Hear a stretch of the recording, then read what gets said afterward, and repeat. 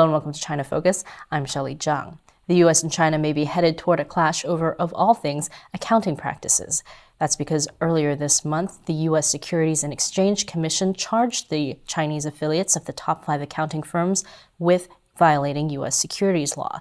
That's because these firms refused to turn over the audit work papers for 9 Chinese companies that the SEC is investigating for fraud. Now, these companies refused to turn over the papers because they said if they did so, they would violate Chinese state securities laws. Here today to talk about this issue and its implications, we have Chen Zhifei and Jason Ma. Thanks both for joining us. Now, what's the heart of the issue here? It seems that, these accounting firms aren't just being difficult. It seems like they're really just kind of caught between 2 countries. Is that exactly? That's exactly the point. I mean, although kind of SEC is suing those 5 companies, but indeed the conflicting is between the U.S. Law and the Chinese policy. So basically, without China change their policy, those companies cannot do anything.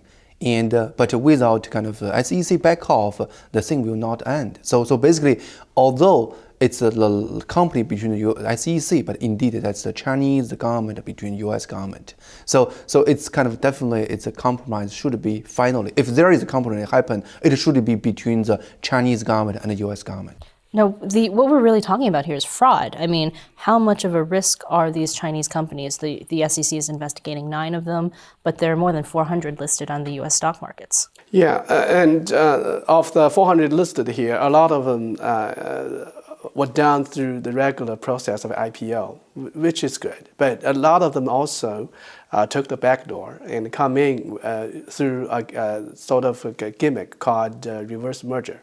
And last June, SEC started investigating 154 of these firms, and like up to 23 of these reverse merger Chinese firms got delisted because their accounting information was inaccurate in a very gross manner. Sometimes those companies reported revenues that were non-existent. Even their cash flows didn't match up with the bank account, which was inconceivable by U.S. standards. So we're looking at Chinese firms that are listed here that are totally out of sync with the business practice set up or seen as standard in this economy. Right. Indeed, I mean, all kind of those 9 companies, they were backed by all these audit companies. I mean, these accounting companies, they said that everything's okay. But some companies who are shorting those companies, they send their own investigator inside China, find out those companies are really, really questionable. And that's caused the recent collapse of all those Chinese concept stocks and tens of billions of dollars lost by the U.S. investors. So it's not a small issue, and the number, the report submitted by those accounting companies is really, really under kind of question. And for the SEC, if they don't have the raw material, there's no way for them to judge whether that's something wrong with the company or it's wrong with the accounting company. Who should carry the responsibility? They need the raw material, but now the kind of all the accounting company or either they make use of this Chinese law or they kind of really combined, kind of constrained by the Chinese law. They are saying we can't give you all the raw material, and this is the moment it bring the government into this debate. And again, I mean, basically it's something to government have been kind of discussed for many years, even at like 2 months ago. Now they have some agreement, like the Chinese government along the U.S. government sit into some discussion, but the Chinese government never back off along the U.S. kind of government really see the raw material of all those listed companies. So it seems like the SEC, like you mentioned, Zhifei, were taking more aggressive action back in June, also with this thing in December. And also they've recently sued a man, David Zhou, and his company, who they were basically helping these Chinese companies facilitate these reverse mergers. Now, it seems, Jason, you were saying, okay, they were negotiating with the U.S., but if the SEC is taking more aggressive action, does that mean the negotiations, they're stopped, or like it's going to go to nowhere? I think, unfortunately, that seems to be what's going on, because based on my source and my research, the 2 governments have been touch base, have been in constant strains of negotiation and bargaining since last year. And now, apparently, this kind of dialogue has collapsed. And because SEC has stepped up their own efforts unilaterally, that means the bilateral kind of negotiation didn't work. It's going nowhere. But I think SEC is desperate because they didn't really realize why Chinese government is so kind of secretive about their data.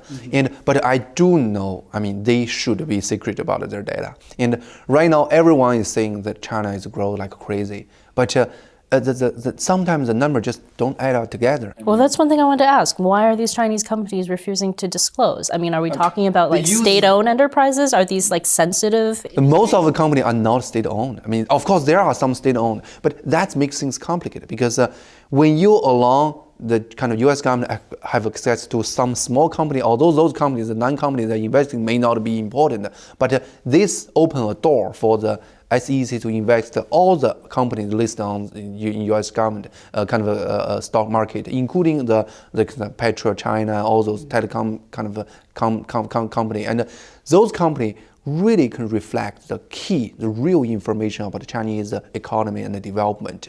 When you invest those companies, because they are a huge part of the Chinese economy, when you see all the details of their numbers, then you will know some details, some truth about the Chinese economy. That will really make some kind of a skeleton get out of. I'd like to stick on that point. Actually, it's actually a very guarded secret here in the United States. It even deceived a Wall Street legend, a guy named John Paulson, who made billions of dollars because he bet on the right side in the run-up to the financial crisis. That guy shorted all those subprime mortgages. He made billions, but he also lost billions of dollars because he was long on these Chinese firms. So we are talking about this guy who could see through all kind of financial shenanigans, which gave us the financial crisis. But even he could not see the details behind the facade of Chinese prosperity. We're talking about firms, state-owned or private firms, that got a lot of capital from the government, who had a very shaky financial base and very creaky accounting practices. If American investors knew all of this, they would not even put one penny into these firms. Well, if these firms are so shaky, how come they have money from the Chinese government? A lot of it's government owned. I mean, that's their kids. I mean, basically they will dump all their money. I mean, in our banking system, even print money to make sure they can survive. I mean, but the problem, there are kind of two things I think they want to cover. First of all is like the Petro China. They made huge amount of kind of a profit out of the economy, and for the Chinese people, they always want to find out. I mean, we pay the highest kind of probably the highest kind of a gasoline price, and then but meanwhile the government owned. They got almost free kind of resource from the country. So what's their kind of profit? That's the kind of secret they want to cover to the Chinese people. So it's kind of so you're saying it's state secret to the Chinese people. In part of it, that's the case. And meanwhile, of course, that's also reflected the current Chinese economy. I mean, when the GDP they claim grows nearly to 10%, and the electricity consumption is almost flat, and also the oil is also reflecting real number of the GDP. So when they put all this number into the light, maybe all the numbers they cranked out of the kind of published may under more kind of screening. Yeah, so it's only iceberg that.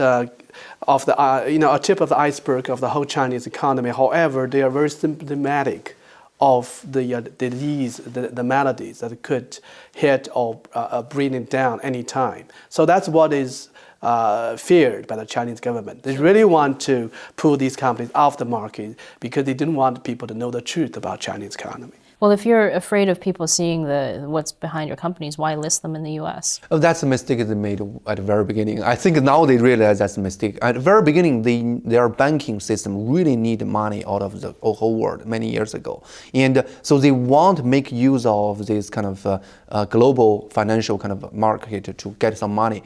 And right now, they don't really need the money, but they are still kind of over there, they're under this scrutiny. So now that's the reason they want to even put their own money to take the company back so that they can get out of the scrutiny So of you're Chinese. saying that the Chinese companies, they may voluntarily take themselves out of the market, U.S. market, That to seems to be what's avoid, going on. That you know, seems to be being what's this. going on, and under the guidance of the Chinese government. And like I said, specifically, the Chinese Development Bank is getting this assignment from government to put up a war chest of $1 billion to keep these companies off the market. So they're going in to the US. buy back. And another thing that might happen, they're saying, is that these, like Chinese companies as a whole, may be forced to delist if the SEC can't find a kind of a negotiation with the Chinese securities, regulatory body. So is that going to affect U.S. investors? Should they be Definitely, worried if about the company this? delist, I mean, then you lose the money. I mean, basically that's the case. I mean, so I guess hopefully, I mean, there's some kind of a gradual change. Can like if they buy back,